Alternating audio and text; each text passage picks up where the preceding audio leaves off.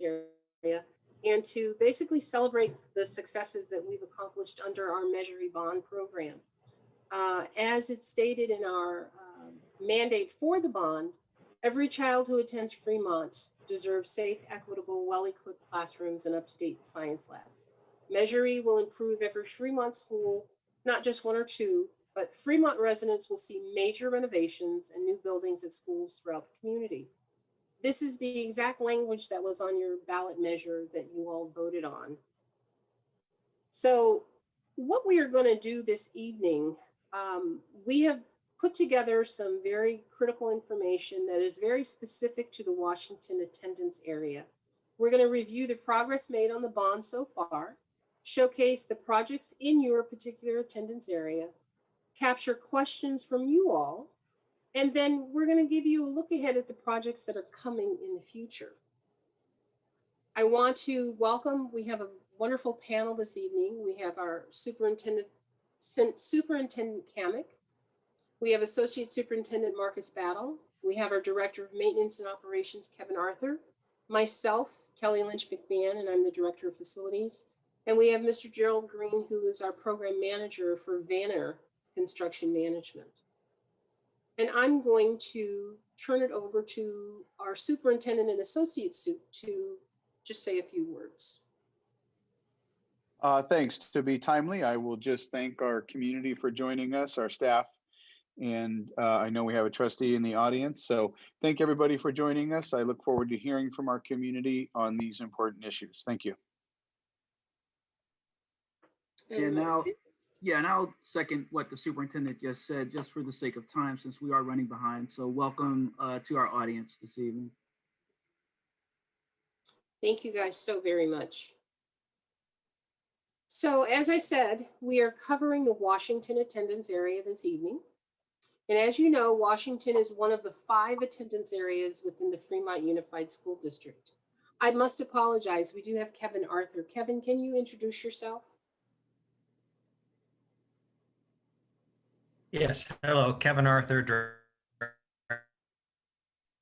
of Maintenance, Operations, and Grounds. Good evening. Thank you so much. And as I stated, Washington is one of the attendance areas within the 5 attendance areas that Fremont geographic region covers. And the schools in your attendance area include Cabrillo Elementary, Glenmore Elementary, Maloney Elementary, Niles Elementary School, Parkmont Elementary, and Vallejo Mill Elementary. And I realized that Parkmont is listed twice. Middle school is Centerville Middle School, and of course your high school is your Washington High School. A little bit of history, you all passed the bond in 2014, and you all voted 61% yes to approve a $650 million Measure E general obligation bond. And this was to modernize your neighborhood schools under the requirements of Prop 39 that was developed in the year 2000.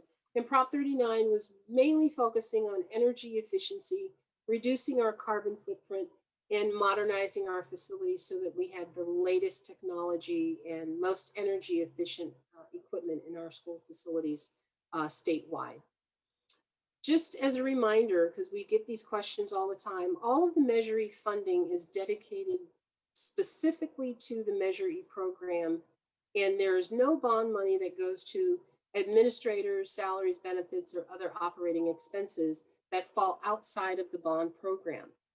So I just wanted to make sure that you all knew that, since we did get lots of community questions as to, hey, how is this money being spent, and is it tied to our general fund? And the answer is no.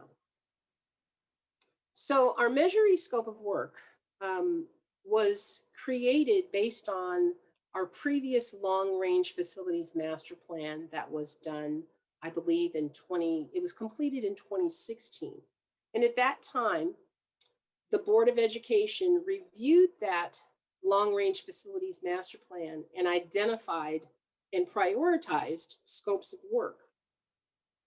And of that scope of work, it included upgrading and repairing neighborhood schools, updating your technology and including and increasing the capacity of your science and computer labs to meet the 21st century learning standards.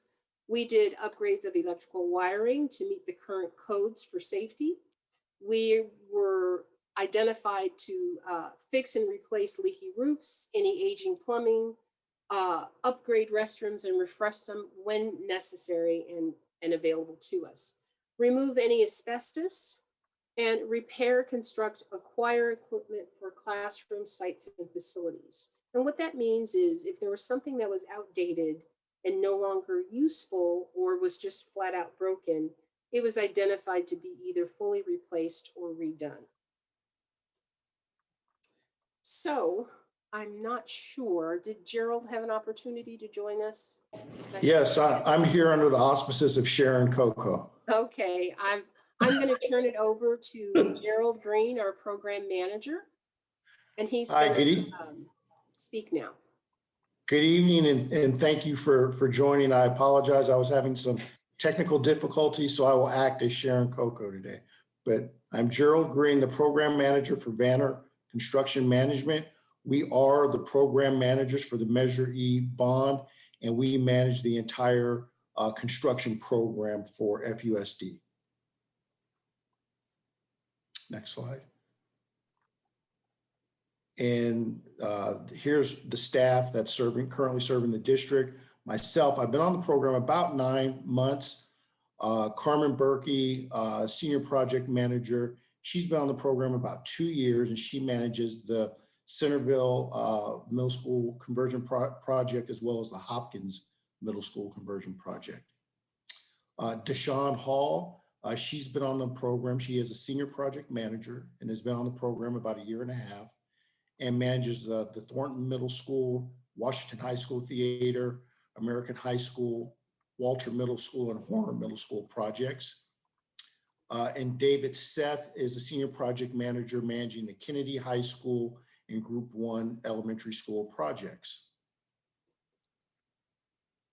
We also have Rajat Jacob, who is an assistant project manager who has been with the team about 2.5 years and helps out on the Thornton Middle School, Washington High School Theater, American High School, Walter Middle School, and Horner Middle School projects.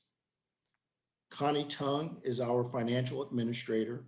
She's been on the program the longest, serving about 4 years, and she manages all budgets and invoices.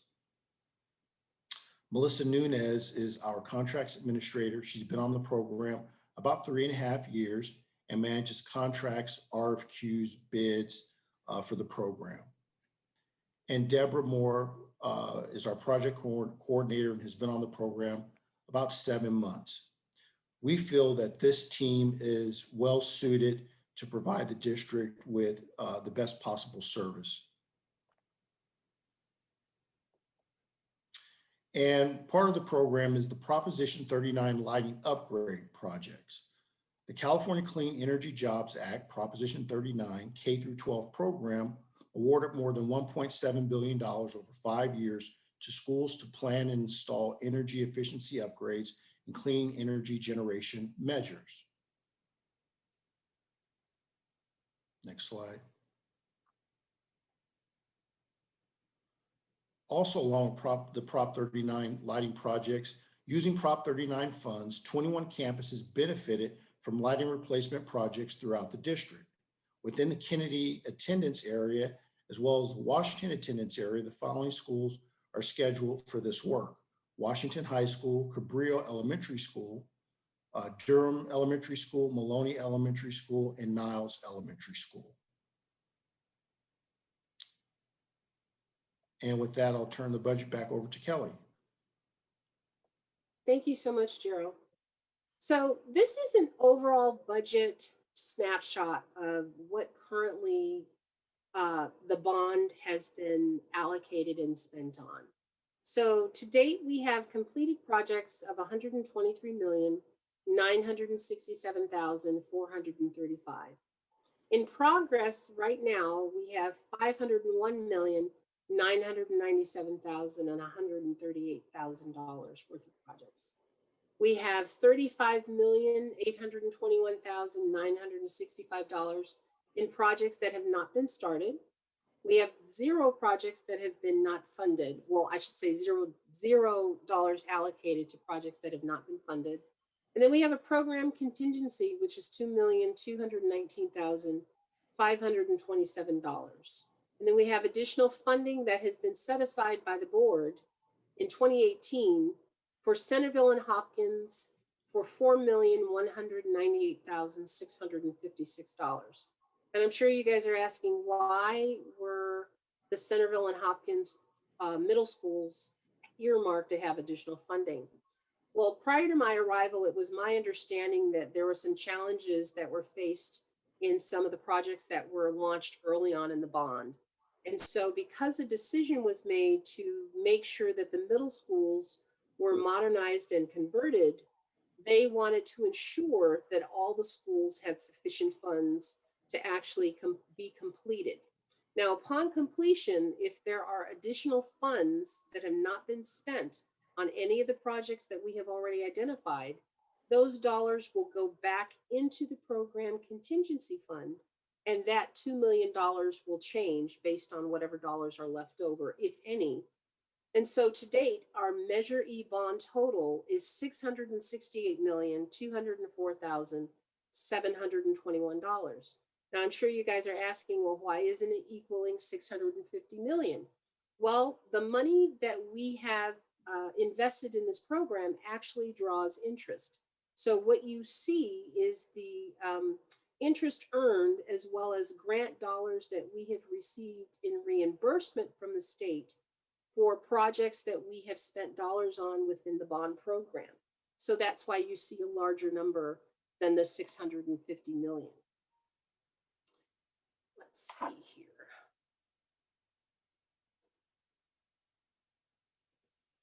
So when we talk about completed projects, those completed projects include IT upgrades that occurred at Cabrillo, Glenmore, Maloney, Niles, Vallejo Mill, and Washington High School.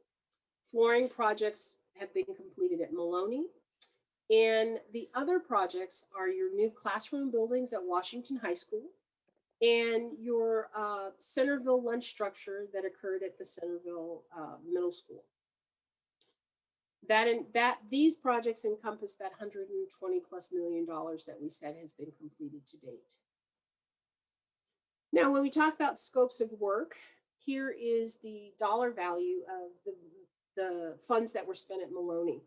And that included the demolition, abatement, and the installation of flooring by various trades to complete this scope of work here.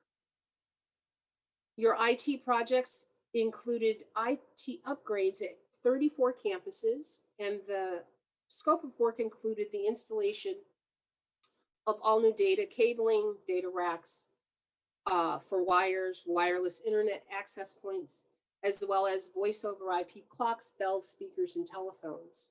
And you all should be experiencing the benefits of that upgrade right now. This work was completed last summer, and so we're very happy about it. And we're kind of fine-tuning it now that the students have not been in school. We're kind of discovering sort of kinks in the system, and they're being worked out. But so far so good in terms of having synchronized bells at all the schools, speakers, and having an integrated system that we can control from our corporation yard as well as at your various site levels. So it was a very large project for IT, and we are considering it a success because we are now able to communicate with all the sites. The total project cost for those 34 campuses was $50,152,643. The next project that is encompassed within your area is your high school modernization. So this project was actually completed prior to my arrival, but you guys have had an ability to enjoy it over the last 2 years, well, soon to be 2 years. But Washington High School was an $11 million two-story prefabricated building. It includes 10 classrooms for science labs, And this was completed and occupied last January. So here are some outside photos of the facility. As you guys can see, it's doing pretty good for being a year old. We've been very fortunate in that we have not had any major problems or changes that we've had to do with that facility. So you guys should be able to enjoy it for many years to come. In terms of this scope of work and the budget, this is the breakdown of the budget for the Washington High new classroom school. As you can see, the planning was $957,000. Construction was a little over 12.5 million. Testing and inspection was $359,000. Furniture and equipment was close to $200,000. The program contingency states 0 because any monies that we had left over, we transferred back to the program contingency, and those funds were reallocated and used for any other projects that the board approved for us to move forward on. So that's why that line says 0. Then miscellaneous allocations include all of our soft costs and vendor services that were required during construction that didn't fall into any of those other categories. So the grand total was $14,753,861 that was spent on the new classroom building. The next project that we're going to showcase for you is the middle school conversion. So as you all know, Centerville has started.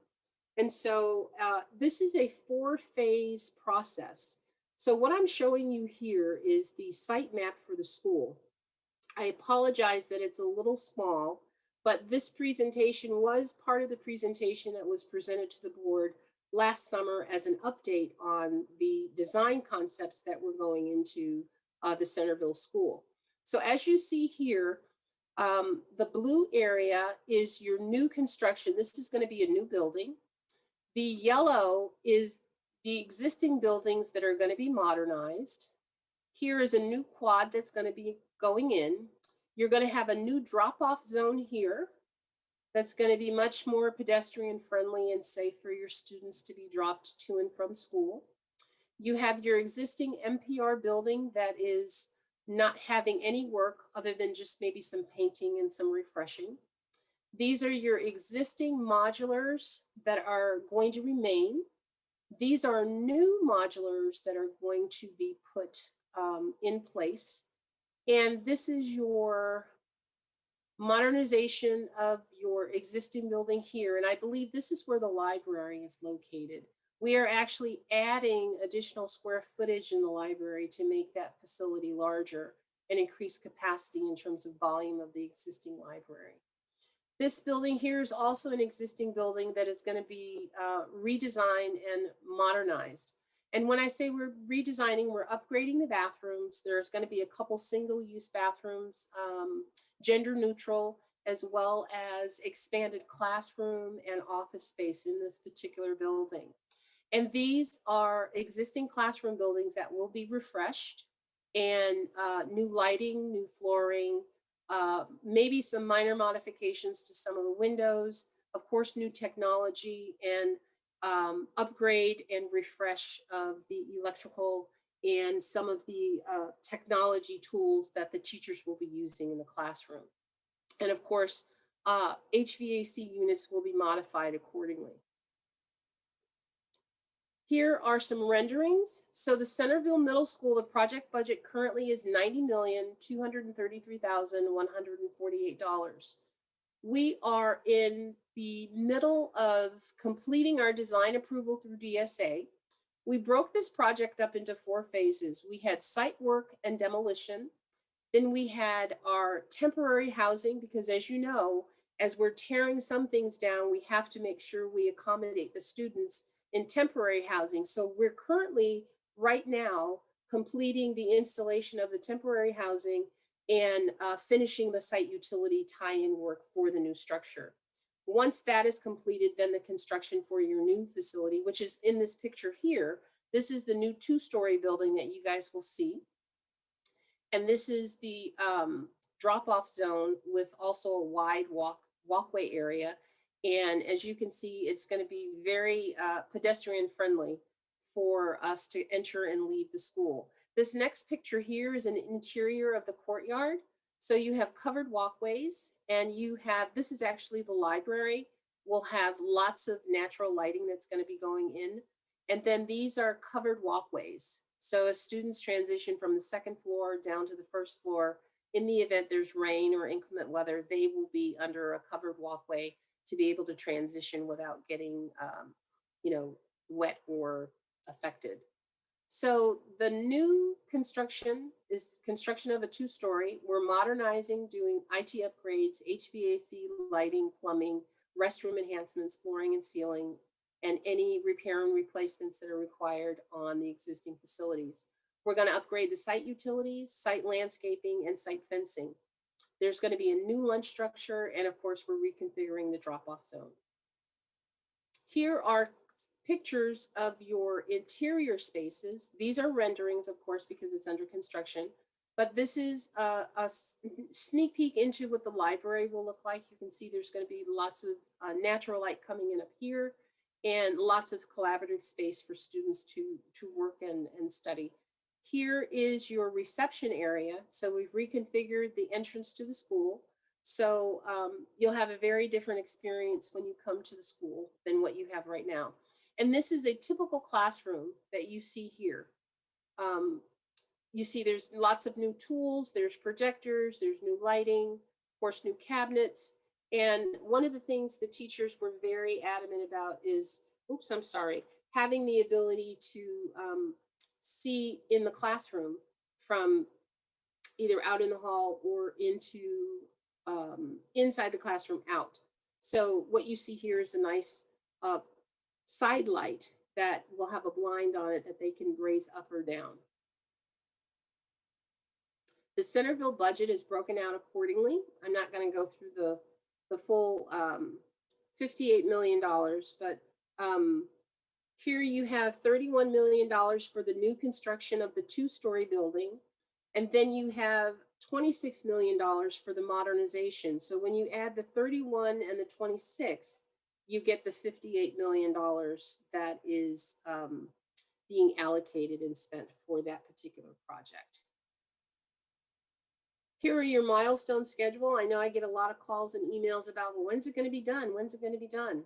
So right now, we are in our DSA review approval and our construction phase simultaneously. So as you can see, the construction phase is set to go all the way through June of 2023. Our DSA approval phase is going to go through the end of the spring of this year. So as long as we hit our DSA approval schedule, our construction and our final closeout schedule will hold, and we will hopefully make these dates barring any unforeseen circumstances in the future. The next project that we're going to profile is our theater improvement for the Washington High School. So these also are renderings. So the Washington High School budget is $3,900,000. It includes demolishing a portion of the existing site concrete and asphalt paving, also looking at the existing metal fence and parking spaces in the area. One of the things DSA is requiring us to do is we have to add more ADA and we have to add more ADA handicap accessible parking. So that's part of what we are doing with the addition of additional parking spaces in that area. Also, the area in front of the theater, the paving and the walking surface was very unstable. So that is included in our scope of work too, in tearing that out and basically redoing it and feathering it in to meet the other side of the walkway that is in good condition. So we are demolishing the interior of the theater, except for the electrical room. The existing windows and the large abandoned roof vent will be removed, and also our theater sign is going to be removed. And I know that we are in the process of looking at what that cost would be to actually replace it, because that was not in our original scope of work. But as we have taken it down and investigated a little further, the technology associated with it versus the technology that we're putting into the building, we're finding that it's not going to be 100% compatible. So we're looking at options to resolve that problem. So your new construction includes the renovation of the theater. You're going to get new seating. Let me go to the next slide, actually. You're going to get new seating, new lighting, and you're going to get a new stage skirt. The lighting on the back of the stage, as well as the curtains, have been preserved and will be reinstalled when the work is completed. So the pictures that you see right now are your existing chairs. Those have also been removed.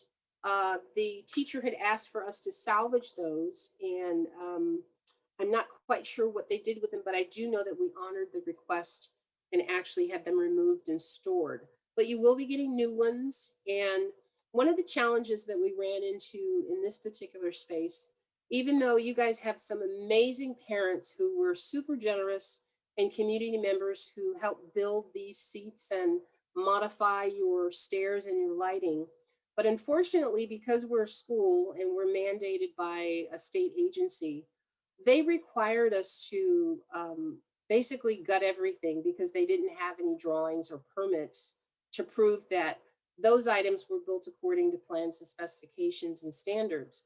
So in doing that, of course, caused the budget to go over, but we've been able to modify our scope of work based on their requirements, and we're still able to provide you all with a very welcoming and inviting space that you guys will be able to enjoy for years to come. The picture that you see on your right-hand side with the ladder, that is your classroom that is adjacent to the theater. That room is actually going to be modified and changed into a lab. And I believe that is going to be like a 3D fabrication lab. I can't remember off the top of my head what the actual scope was, but these pictures on your right, top and bottom, are that room basically gutted and the flooring gone. We're redoing the HVAC, the lighting, and it's going to get a paint refresh, and the cabinets are being modified to make sure that they're ADA compliant, and also put new hardware and locks on that as well. And on your far left are your existing photos of what the theater looks like right now. These pictures were taken, I believe, on day 4 of demolition. So we've got a little more work that's been done since then, but that is what those pictures are identifying. In terms of the Washington budget, the breakout is as follows. You have your abatement and demo for 718, your underground utilities, your site work, your exterior work, which is 117.35. You have your roof repair. You have interior work, which is 909,404. You have restroom refreshes and redos of $3,632. You have mechanical, electrical, and plumbing that are $561,103. And you have an allowance, which is basically our contingency fund, of $264,289. And for those that don't know, a contingency fund is kind of like a set aside pot of money, so that when we have instances where we have emergencies that occur or something happens that we didn't expect to happen in the field that actually costs money for us to resolve, that's what that budget is for. So our grand total is $2,948,620. And once again, if all of those funds are not spent on this particular project, they will be returned to the Measure E program to be allocated accordingly based on what the board decides. The project milestone for the theater design phase occurred in 2019. DSA approval we achieved last summer. We are in our construction phase. So we kicked off construction in December, and we anticipate finishing in July.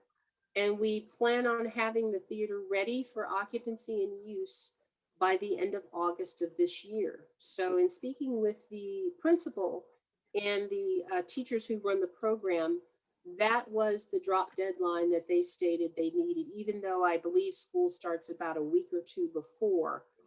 They stated that they really needed that space available because that's when they would begin utilizing the theater for their particular programs. And so far, we've been able to honor those dates, so we'll just keep our fingers crossed. The next school that's on your modernization list is the Vallejo Mill Elementary School. That project budget is $6,583,042. It's going to include HVAC, roof repair, flooring replacement, and fixed furniture and equipment. Unfortunately, these are not the things that are, I always say, they're not the sexy stuff that you do when you do a modernization. So unfortunately, I have a feeling that when we finish, you guys are going to come back to the school and say, well, wait a minute, I don't see anything that's done. This is the stuff that you don't see behind the wall. The only thing that you guys are going to see is the flooring and the furniture. We might be able to get some painting done, but the bulk of the work is going to be behind the walls and on the roof. So I just wanted to give you guys a heads up on that. Then here is your milestone schedule for the project. So we're in pre-design right now. We're hoping to finish that by the end of spring. The design phase will occur from April through October of this year. We're hoping to get into DSA by October or sooner. We're hoping to have construction begin this time next year, and it will last for 6 months through the end of June. And we're going to hopefully finish everything between June and July of 2022 for school occupancy in fall of 2022. When we talk about unfunded projects, I believe back in 2019, the Facility Advisory Committee provided a prioritization list for the program, the projects that fell into the program. And at that time, there was a decision that was made to consolidate the funding to accomplish the modernization of the middle schools. And in doing so, that eliminated a certain amount of projects that would have received funding under this particular program. So, but just to let you know, schools that had any asbestos flooring or contaminants were addressed prior to that particular consolidation. So the remaining schools that are left on the list, they were prioritized based on the ranking that they were giving while the long-range facilities master plan was completed. So the schools that were in the most dire need, being that they fell out of compliance and we would not be able to open them, those were sort of pushed to the front, and we addressed all of those things immediately. Other schools that didn't have such high priority, they needed some work, but they weren't fire, life, or safety related. Those were then put on the bottom of the list to be dealt with as we had additional funding become available.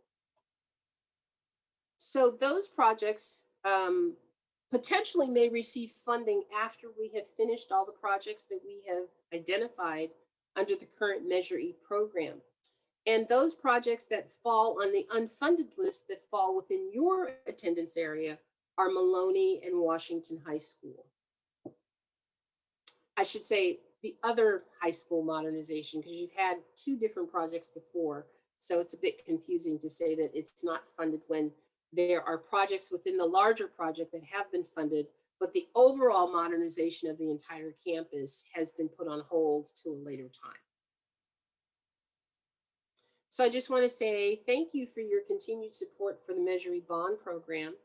And these projects that we've displayed for you guys are a direct result of your community support.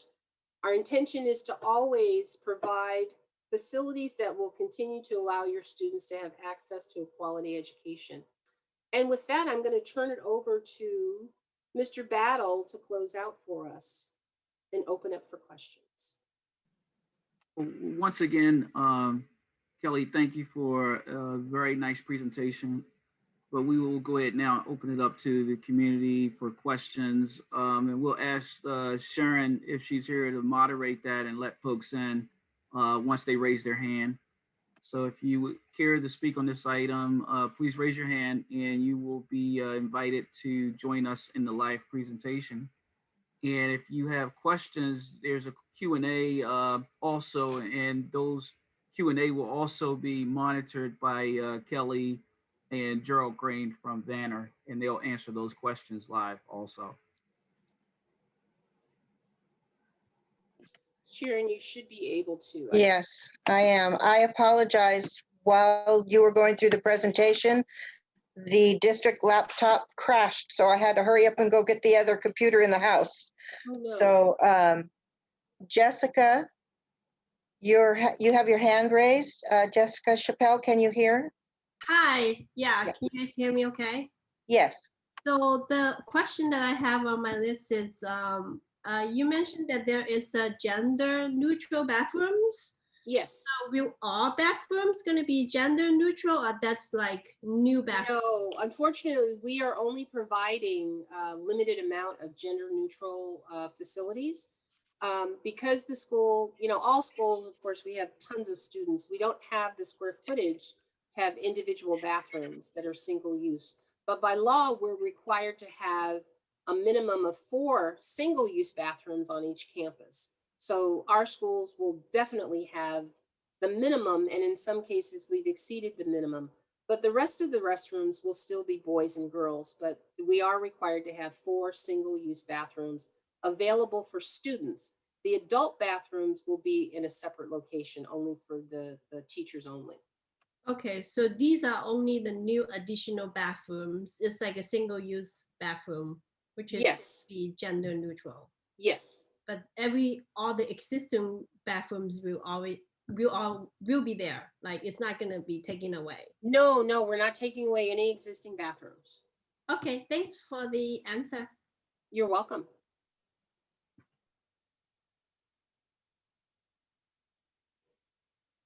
I'm done with my question. Oh, okay, thank you. Thank you. And I see that we have another, was that Jessica or Gowrie? Okay, Gowrie Rahman.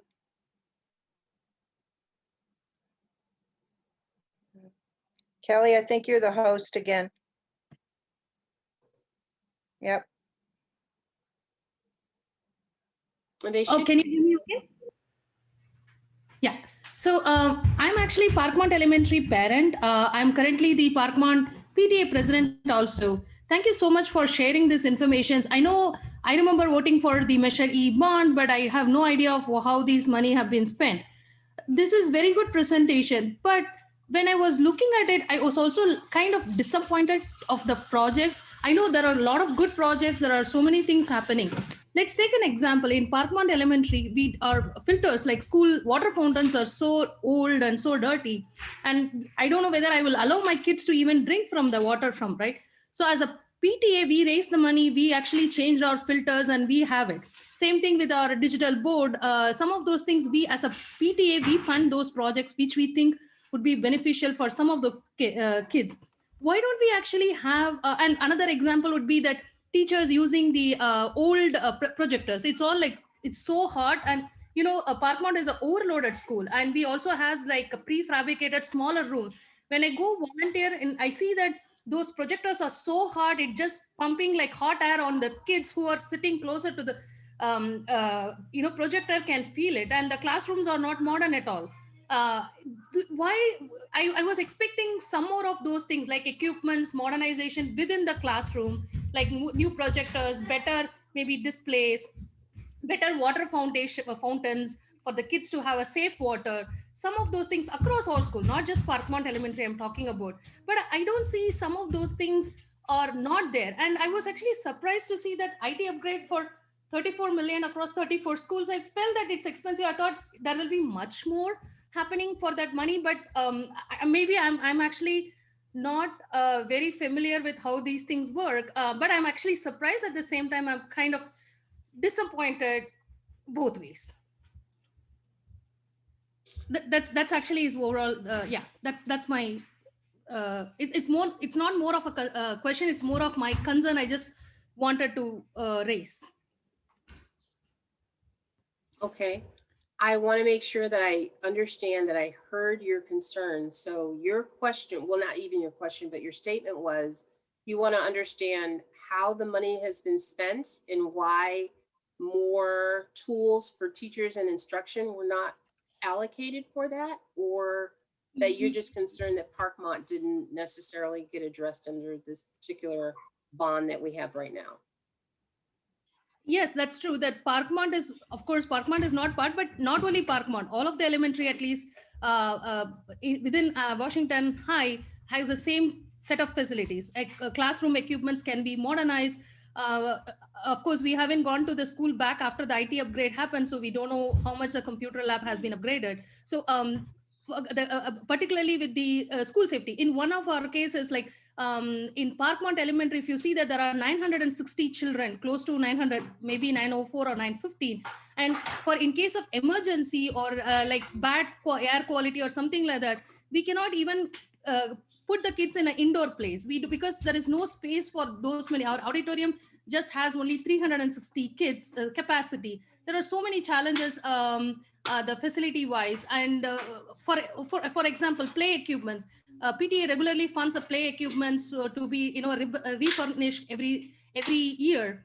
These are some of those things happening, but I was expecting some of these concerns would be addressed, like equipment modernization, filters and good filters, and have a better bathrooms and some of those things. Those are not there in for any of those things. So that is my question, like why some of those projects were not considered for these 650 million Measure E bond ones. Yeah, I know some of those projects are of course they are very good projects. I'm not disputing any of those things. I thought there will be more included, but I'm actually kind of disappointed.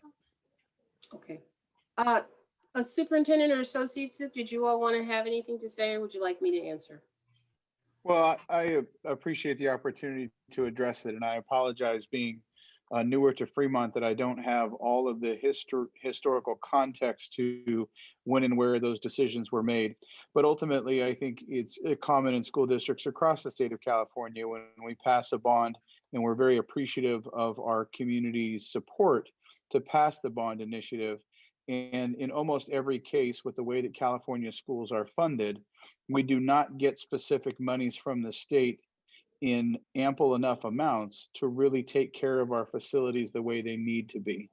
And so through the generosity and graciousness of our community, we're able to utilize bond dollars. And while we appreciate that generosity, the bond dollars oftentimes don't cover the full scope of everything that a district needs to have done. And that's true for large districts the size of Fremont and small districts across the state. And so I think it's always a challenge because there are always going to be things that we want to see done at different sites in different areas. And it's always a challenge of trying to assign the dollars to the projects and making sure that we can do as much as we can. And when that happens, there will always be things that are left undone or for the next round. And that is a very difficult reality. Certainly appreciate the community concern around that and something that we can reflect on and continue to work on. We have Sandeep Tour. If you'd like to speak.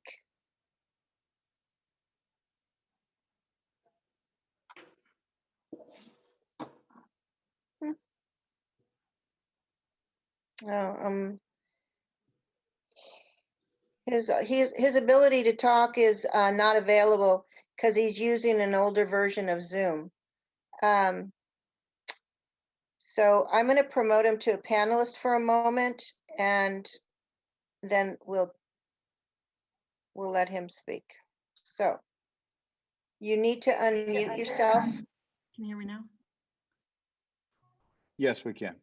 Okay, thank you so much.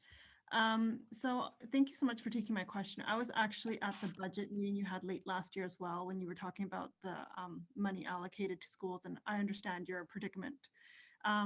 My question is regarding Vallejo Mill. I'm a part of the PTA board there, and being new to Fremont and new to Vallejo Mill, I was looking at this long range facilities plan on your website, and when you had assessed it back a few years ago, there are certain items on there that I don't see addressed now. I don't know if that's now a money issue that you prioritize, like say Centerville over that. But one of the major issues that we have there right now is a lunch shelter, because the multipurpose room right now is either going to be used for lunch or it's going to be used for PE, and then kids are sitting kind of really in the open space. So the PTA ran a very good virtual fundraiser that I was actually the head of, and we raised $25,000 this past October. And even with that success, we won't have enough money to, even chip away at getting us a lunch shelter. So my question is even though we'll have like the lady before had said, the non-sexy things of like, an HVAC system that we won't see, when would we anticipate seeing changes like a lunch shelter or some sort of shade structure that would help our students with their everyday quality of school?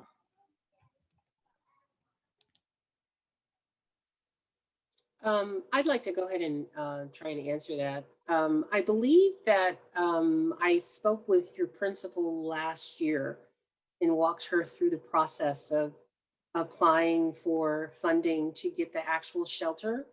The lunch shelter was not included in the Measure E program because the language within the bond requires us to spend the dollars on capital improvements for the school. And even though the lunch shelter, based on the use in which we use it for, it is not considered a critical function or programmatic need for the facility. So we were not able to address it under this particular bond. But because you guys have done fundraising and hopefully, as we move through this situation we're in terms of how we're required to utilize our spaces due to social distancing, maybe we can revisit that and see how we can address that for you all. And I know that with the upgrades that you all are going to be getting with your, your HVAC, your ventilation, your plumbing, all of those things will make a difference. And potentially you may not need your lunch shelter if we're able to address everything else that you need within the interior spaces. But I mean, this is something we can consider. And as I said, these decisions were made prior to my arrival. So I don't really have an answer for you as to why it was done. But we can definitely have discussions and consider how we can kind of meet halfway in the middle and see how we can get it done. Sure, I appreciate that. And the only reason I mention is because in the report, it says as one of the top 3 items that, is kind of a priority for our school. That was listed as one of the priority items. So that's the only reason why I mention it now too. But I would look forward to maybe emailing you another time and maybe discussing it further if that's okay. I couldn't quite hear the last part of your question. I apologize. I was just saying, would it be okay if I emailed you at some time so we can discuss this further? I'd Oh, appreciate it. absolutely. Okay. I definitely would love that. Thank you so much. I appreciate everyone's time. Thank you. Diane Jones. Welcome, Trustee Jones. Hello, thank you everybody for the presentation. I just wanted to address some of the comments and give some context. I know, there is some frustration about what people are seeing that isn't being done with the Measure E bond money. And I want to let folks know that at the time that we went out for Measure E, that the district identified $1.6 billion worth of needed facilities upgrades. And our bond was only for $650 million. And that's because legally you can only have so much out with a bond. So we went out for as much as we could possibly go out for with this bond. But if you do the math there, that only covers, about a third of the need that we had identified. So with the current bond, we really had to identify really critical safety and infrastructure issues. So that's what you're seeing. That's why you're not seeing those, shiny, flashy kind of modernization upgrades that we all want our students to have access to at some point. And for the projects that, we had hoped to be able to fund, if you've been following the economy and construction in the time between the bond and now, there were just the overall cost of construction just skyrocketed in a way that nobody anticipated, because construction costs went up, labor costs went up, materials costs went up because the demand was so high from natural disasters all over the country that really in order to get our middle schools finished, we had to reprioritize some of those bond dollars. But this bond was, kind of never intended to be able to cover all of our needs, because we knew we couldn't do that within the scope of what we could legally go after with the total bond amount. So in order to address some of the issues that are being raised now, realistically, we're going to have to go out for another bond in the future. And when we do that, we'll be able to, like the last bond project, go out to all of our facilities and figure out what the needs and desires are of the community, and write a new bond with new language that specifies some of those things that we haven't been able to do with this bond. So I hope that provides a little bit of context for how we got here and why you may not be seeing some of the things that you anticipated seeing, and that we all know our classrooms still need. Thank you so much for that. Do you have any additional questions for Trustee Jones? Thank you so much for answering that and contributing, Trustee Jones. Veronica Salinas Duscott. Hi, thank you. Can you hear me? I'm on a cell phone. Yes. Thank you. I'm just curious to know, I hear what the board member just shared. I'm new to this process as well. So I have a few questions. Can you confirm that the prioritization of the work starts after the bond was passed? Is that when you start this prioritization list? And then my other two questions are, do you have the price per square foot on the $90 million project at Centerville and the Washington High School Theater project? So let me make sure I heard your questions correctly. Prioritization, when is it done?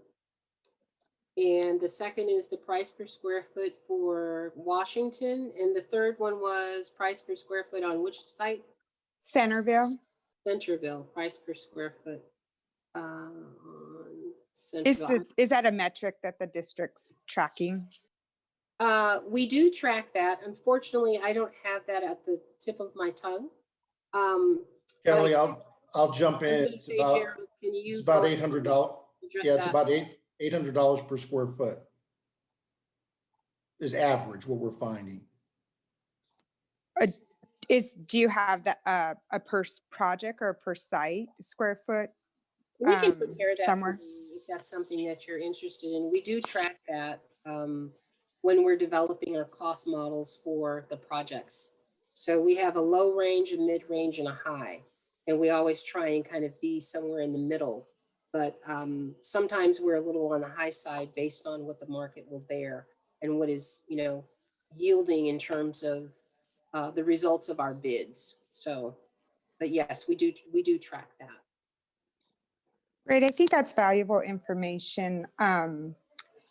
Just sort of following on to the, couple of the other parents' comments. I think when people see schools that have a mix of old and new facilities in them, it's hard to see where the money goes or how it's spent. And obviously, given the age of the sites of our schools, lots of them, need really foundational, unsexy, like somebody said, work done at a school site. So that's, when you don't see a big brand new school going up for $90 million, you wonder where the bond money has been spent. But just lastly, my other question was, I understand, thanks to the board member who described how the district came up with a number that was over $1 billion, and given how much bond money you can actually put on a ballot, that 650 was the number that was put on the ballot and approved.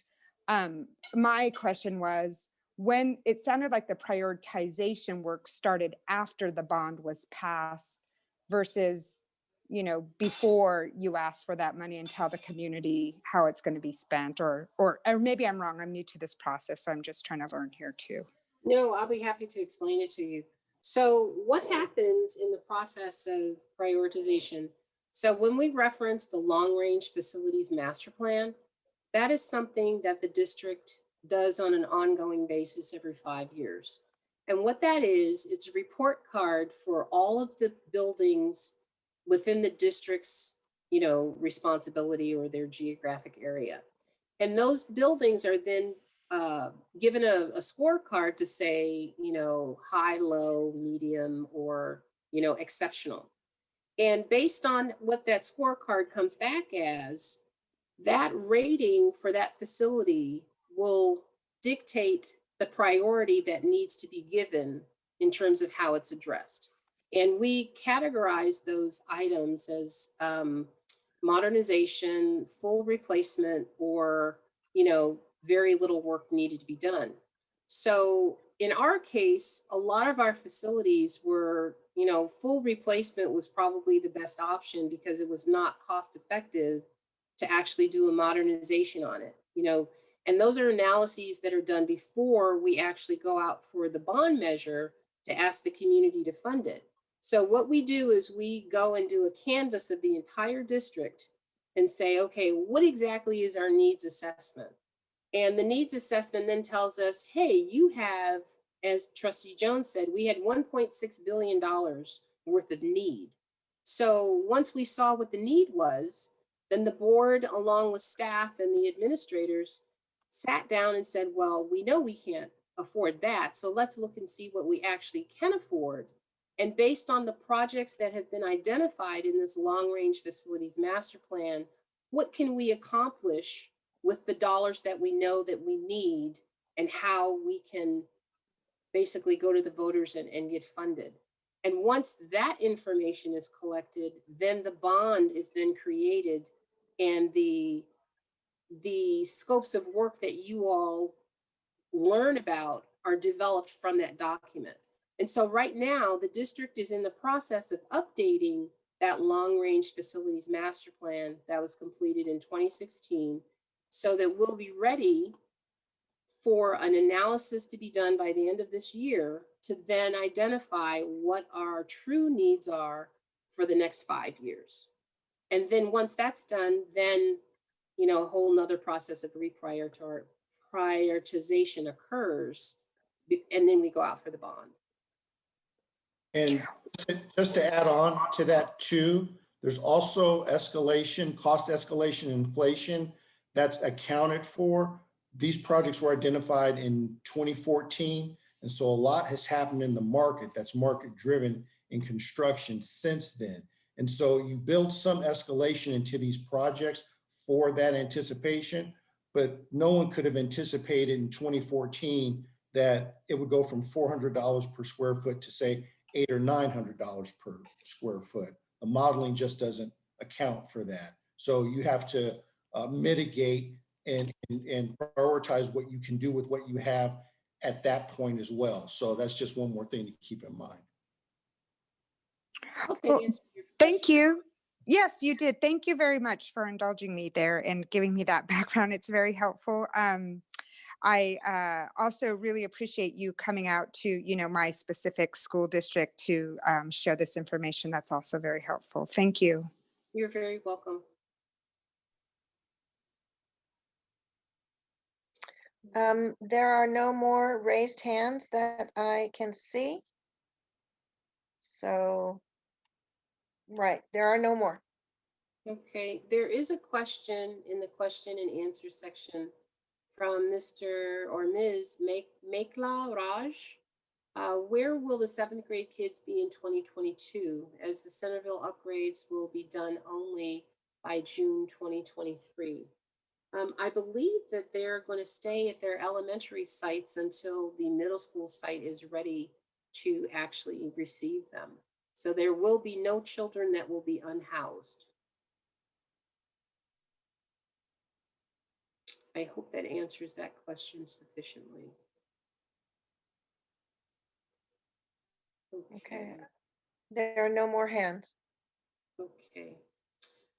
Well, if there are no more questions, this presentation will be available on the district website. If there are very specific questions that you have for any of us, please feel free to contact myself, superintendents, or our director of M&O, and also Vanner, to address any specific questions that you guys may have. We appreciate you guys taking the time out this evening, and I do apologize profusely again for my technology issues at the beginning of our presentation, but I really do appreciate your patience as well as your commitment to your community. And I'm going to turn it over to the superintendent to close out for us this evening. Thanks so much, Kelly, and thanks to all of our community members for joining us, including those staff members who joined us, and Trustee Jones. Really appreciate this opportunity to hear from our community and to provide an update to our community. So thank you to our staff, our community, and everybody for being a part of tonight. I wish you a safe and happy rest of the week. Great. Thank you all. Have a wonderful evening. Thank you.